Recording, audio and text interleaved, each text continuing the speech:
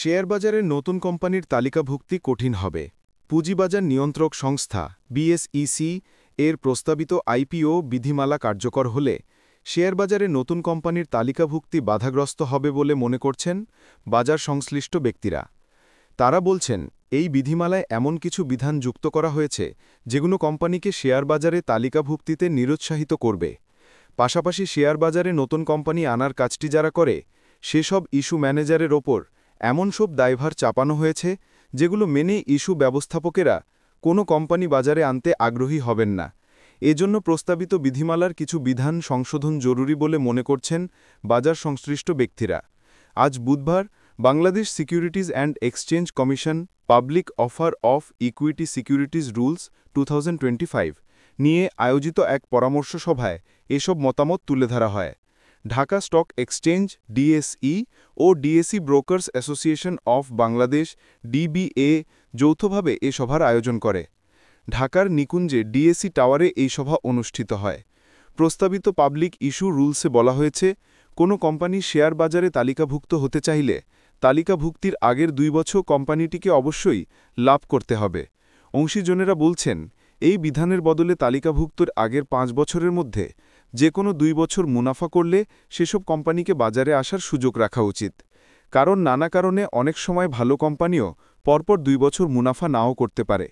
যেসব বিধানে বেশি আপত্তি: আইপিওর অর্থে ঋণ পরিশোধের সুযোগ না রাখা, বাজারে আসার 2 বছর আগে থেকে নতুন শেয়ার ইস্যু না করার বিধান, ইস্যু ব্যবস্থাপকদের ওপর সব দায় চাপানো, বহুজাতিক ও ভালো কোম্পানির জন্য সরাসরি তালিকাভুক্তির বিধান না রাখা। প্রস্তাবিত বিধিমালায় আরও বলা হয়েছে, শেয়ার ছেড়ে কোম্পানিগুলো বাজার থেকে যে অর্থ বা মূলধন সংগ্রহ করবে তা ওই কোম্পানি ব্যাংক ঋণ পরিশোধে খরচ করতে পারবে না। শুধু ব্যবসা প্রসারণের কাজে ওই অর্থ ব্যবহার করা যাবে। বাজার অংশীজনেরা বলছেন, এই বিধান রাখা হলে বেশিরভাগ কোম্পানি শেয়ার বাজারে আসতে আগ্রহী হবে না। কারণ শেয়ার ছেড়ে অর্থ সংগ্রহ করে ব্যবসা প্রসারণের প্রয়োজন অনেকের নাও হতে পারে। দেশের ভালো মানের ও বড় অনেক কর্পোরেট কোম্পানি এই বিধানের কারণে বাজারে আসবে না। তাই বিধানটি সংশোধন করে আইপিওর টাকায় ঋণ পরিশোধের সুযোগ রাখার প্রস্তাব করেছেন অংশীজনেরা। প্রয়োজনে সেক্ষেত্রে একটি সীমা আরোপ করা যেতে পারে। এছাড়া বহুজাতিক কোম্পানিসহ দেশের বড় বড় ভালো কোম্পানির ক্ষেত্রেও সরাসরি তালিকাভুক্তির বিধান নতুন আইনে সংযুক্ত করার প্রস্তাব করা হয়েছে। প্রস্তাবিত আইনে শুধু সরকারি কোম্পানির ক্ষেত্রে সরাসরি তালিকাভুক্তির বিধান রাখা হয়েছে। ডিএসই ও ডিবিএ আয়োজিত এ সভায় Bangladesh merchant bankers association BMBA, Bangladesh association of publicly listed companies BAPLC, Bangladesh তৈরি পোশাক প্রস্তুত ও রপ্তানিকারক সমিতি BGME, Dhaka chamber of commerce and industry DCCI, Bangladesh association of pharmaceuticals industries BAPI এর প্রতিনিধিসহ বড় কয়েকটি শিল্প প্রতিষ্ঠানের প্রতিনিধিও অংশ নেন। সভায় সভাপতিত্ব করেন ডিএসই এর চেয়ারম্যান মমিনুল ইসলাম। তিনি বলেন, দীর্ঘ 2 দশকে শেয়ারবাজারে ভালো কোম্পানি খুব কম এসেছে। ফলে বাজারে ভালো কোম্পানি কিভাবে আনা যায় সেটি খুঁজে দেখা আমাদের সবার প্রধান উদ্দেশ্য। সভায় ডিবিএর প্রধান সাইফুল ইসলাম বলেন, ভালো কোম্পানি বাজারে আনার জন্য আইপিও বিধিমালা খুবই গুরুত্বপূর্ণ। আমরা অনেক সময় বিদেশি কোম্পানিগুলোর সঙ্গে শেয়ার বাজারে আসা নিয়ে কথা বলি। তারা আমাদের জানান, বাংলাদেশে নিয়মনীতি অনেক বেশি জটিল। এই কারণে আমাদের শেয়ার বাজারে ভালো কোম্পানির সংখ্যা কম, বাজারের গভীরতাও কম। অথচ আমাদের প্রতিবেশী দেশগুলোর শেয়ার বাজার অনেক বেশি শক্তিশালী। সেসব দেশের ভালো উদাহরণ ও আইনকানুনগুলো আমরাও অনুসরণ করতে পারি। ডিএসসির পরিচালক রিচার্ড ডি রোজারিও বলেন, নিয়মকানুন যত বেশি সহজ হবে তত বেশি এসব নিয়মনীতি মেনে চলতে পারবে সবাই।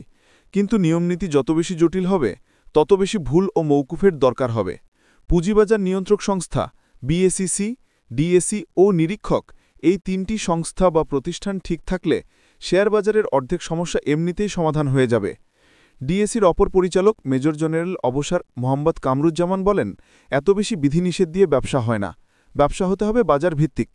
মার্চেন্ট ব্যাংকারদের সংগঠন বিএমবিএর সভাপতি মাজেদা খাতুন বলেন, প্রস্তাবিত বিধিমালায় ইস্যু ব্যবস্থাপকদের উপর অতিরিক্ত দায় চাপানো হয়েছে।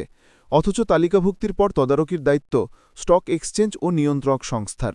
সেই জায়গায় তালিকাভুক্তির পরের দায়ী ইস্যু ব্যবস্থাপকদের উপর চাপানো হলে কেউ নতুন কোম্পানি বাজারে আনতে আগ্রহী হবেন না। তালিকাভুক্ত কোম্পানিগুলোর সংগঠন বিএপিএলসি এর প্রতিনিধি ও বাংলাদেশ ফাইন্যান্সের ব্যবস্থাপনা পরিচালক কায়সার হামিদ বলেন, প্রস্তাবিত বিধিমালাটি অনেক বেশি নিয়ন্ত্রণমূলক। বিভিন্ন ধারায় নানা ধরনের বিধিনিষেধ আরোপ করা হয়েছে। এরকম একটি বিধিমালার আওতায় নতুন কোম্পানি বাজারে আনা কষ্টকর হবে। সভায় প্রস্তাবিত বিধিমালার ওপর প্রবন্ধ উপস্থাপন করেন প্রাইম ব্যাংক সিকিউরিটিজের ম্যানেজিং ডিরেক্টর এমডি মনিরুজ্জামান ও ঢাকা ব্যাংক সিকিউরিটিজের ম্যানেজিং ডিরেক্টর নাফিজাল তারিক। মনিরুজ্জামান তার প্রবন্ধে বলেন, বিধিমালায় বলা হয়েছে শেয়ার বাজারে আসার 2 বছর আগে নতুন কোনো শেয়ার ইস্যু করা যাবে না, পরিচালনা পর্ষদেও কোনো পরিবর্তন করা যাবে না। অথচ আইপিওর প্রস্তুতির সময় কোম্পানির পরিচালনা পর্ষদ পরিবর্তন, মূলধন বাড়ানো বা বোনাস শেয়ার দেওয়া খুবই স্বাভাবিক ঘটনা। এখন এই বিধান কার্যকর হলে আগামী 2-3 বছর শেয়ার বাজারে কোনো কোম্পানির আইপিও আসবে না। নাফিজাল তারিক তার উপস্থাপনায় বলেন, বিধিমালায় সরকারি কোম্পানির জন্য সরাসরি তালিকাভুক্তির সুযোগ রাখা হয়েছে। এই সুযোগ বহুজাতিক ও বড় কর্পোরেটদের জন্য উন্মুক্ত করা উচিত।